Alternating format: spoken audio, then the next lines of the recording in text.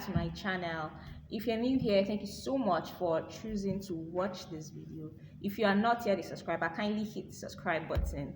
My name is Fisayo Patrick, and in this video I'm going to be talking about how to reach your goals with discipline. Discipline basically involves creating a structured and consistent routine that helps you stay focused and motivated to work towards your objectives. If you want to reach your goals in life, if you want to reach your goals in business, if you want to achieve your personal or professional aspirations, you have got to be disciplined. So this video, I'm speaking to you as much as I'm speaking to myself, right? There are so many things that we ought to do, but because we lack discipline, we are still on a certain level. So if you have professional aspirations, if you have personal aspirations that you've had for ages, but you've been unable to reach, it is because you lack discipline in an aspect of your life. So in this video, I'm going to be talking about how you can reach those goals by cultivating a habit of discipline. Discipline is a skill that can be developed over time. You don't necessarily have to be born with discipline. So it may be challenging at first to get discipline, but if you're deliberate about it with consistent efforts and dedication, you can make significant progress towards reaching your goals. So being disciplined is about training yourself to develop self-control, to develop dedication, to develop good habits. So you need to make conscious efforts. You need to develop habits that will lead you to success. If you're finding it difficult to stay disciplined, if you're finding it difficult to reach your goals through discipline, just know that you're not alone. There are a lot of us, right? So in this video, I'm going to be teaching us how to be disciplined. So the first thing you want to do is to define your goals with precision. You don't want to, be ambiguous with your goal. You need to develop the SMART goals framework. I don't need to spell it out for you, but you know what SMART goals mean: specific, measurable, attainable, realistic, and time-bound. Life is overwhelming, right? And you won't know when you start to make compromises, when life hits you hard. So you have to be specific about your goal. If, for instance, you want to increase your earning, you want to increase your income, say between September to December, you want to earn, you want to have made maybe 5 million. You need to be specific about the amount. You need to be specific about the steps you are to take to increase your earning. So do you want to add more, learn more skills? Do you want to add more products or more services to your offerings? What are those products? What are those services? You need to also talk about how you can increase your rates. So how much are you going to be charging? You need to write the numbers down. It's not something you put in your head. It's not something you just know. It needs to be written down. It needs to be documented. You need to follow that specific framework. Or is it that you want to grow your client base and you want to be booking about 5 to 6 clients monthly? The more specific you are, the easier it is to follow through. Also, when you set measurable goals, you can easily track your progress, right? You can easily see how far you've come, and you can easily determine whether you are on track to meet your goal at the end of the year, at the end of the stipulated time frame. If you don't set SMART goals, your goals will become ambiguous, they'll become unrealistic, and this would definitely lead to frustration. So define your goals with precision, and the SMART framework can make your aspirations more achievable, more manageable. The second thing you want to do is to establish daily habits. So build daily routines, build habits that support your goals. And the key to do this effectively is to be consistent. And I'm going to use myself as an example. So I made it a habit to always read my Bible first thing in the morning before I proceeded to do something else. For the longest time, I procrastinated on studying my Bible. Instead, I would bury my head in work from morning till night.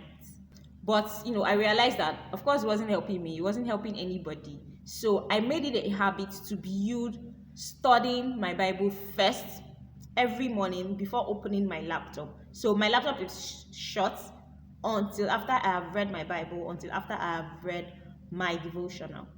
So I'm growing professionally, right? And I'm also growing spiritually, which is what I aspire to be. So if there is an area of your life or an area of your business that you want to take seriously, you need to build habits that support the growth of that area. So if you want to grow your business finances, you know that you should spend at least 2-3 hours working on your income reports, working on your income statements and all of that, recording your expenses, tracking where your money is going. That way you build that habit into your routine, and then you see your finances skyrocket. If for us that work remotely, we spend most of our time sitting at the desk, right? And we know that if we want to build a healthy lifestyle, we need to incorporate exercising into our daily routine. So the first thing you should do before sitting at your desk till midnight is to, work on a few exercise routines, exercise yourself, stretch, and do all of that. So the bulk of the work is in your hands. You have to do it. The onus lies on you. You have to do it. You have to get it done. You have to know what you need to do to build to reach your goals, and then build habits that support the goals. The third thing is to eliminate distractions are everywhere. And sometimes I want to cry because I write a lot. I'm a copywriter, I'm a content writer. I write scripts for videos, for myself, for other people. And whenever I go to a shared space, people around me are just talking. And I cannot write when somebody's talking. I can't even write when somebody's breathing beside me. So I like it when I'm in a very, very quiet place. So I make sure that anything that's going to distract me is removed from my environment. Even if it's my mobile phone, I take it out. If it's the TV, I take it out. If it is human beings, I avoid human beings. You get? So I do everything to avoid distractions. So distractions are everywhere. But what you want to do is to recognize what the distractions for you are. So I don't like to write when people are speaking. For you, it might not be the case. You might be able to write, or you might be able to create when people are around you. But what is that thing that distracts you? Is it social media? Is it smartphone notifications? Whatever it is, recognize what the distractions are for you and try to eliminate them from your environment. Number 4, stay accountable. Staying accountable to your goals is crucial for achieving those goals.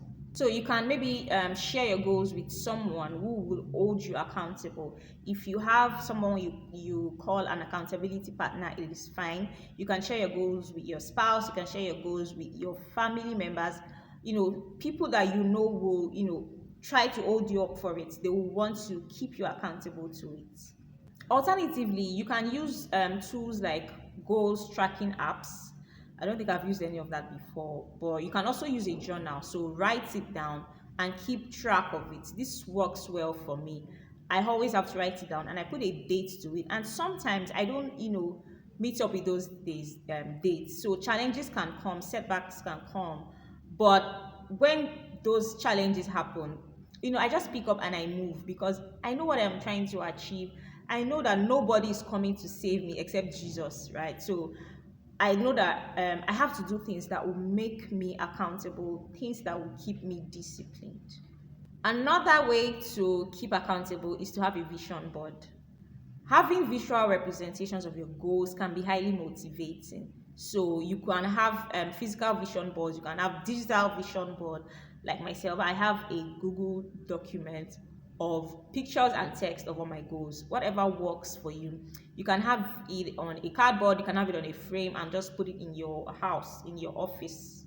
Let it contain pictures, quotes, reminders, anything related to your goals. There was one thing that I learned at the beginning of 2021, and it's the fact that anytime you write your goals, you have to go back at intervals to check. So before then, I would write down my goals and I'll just have it in my head.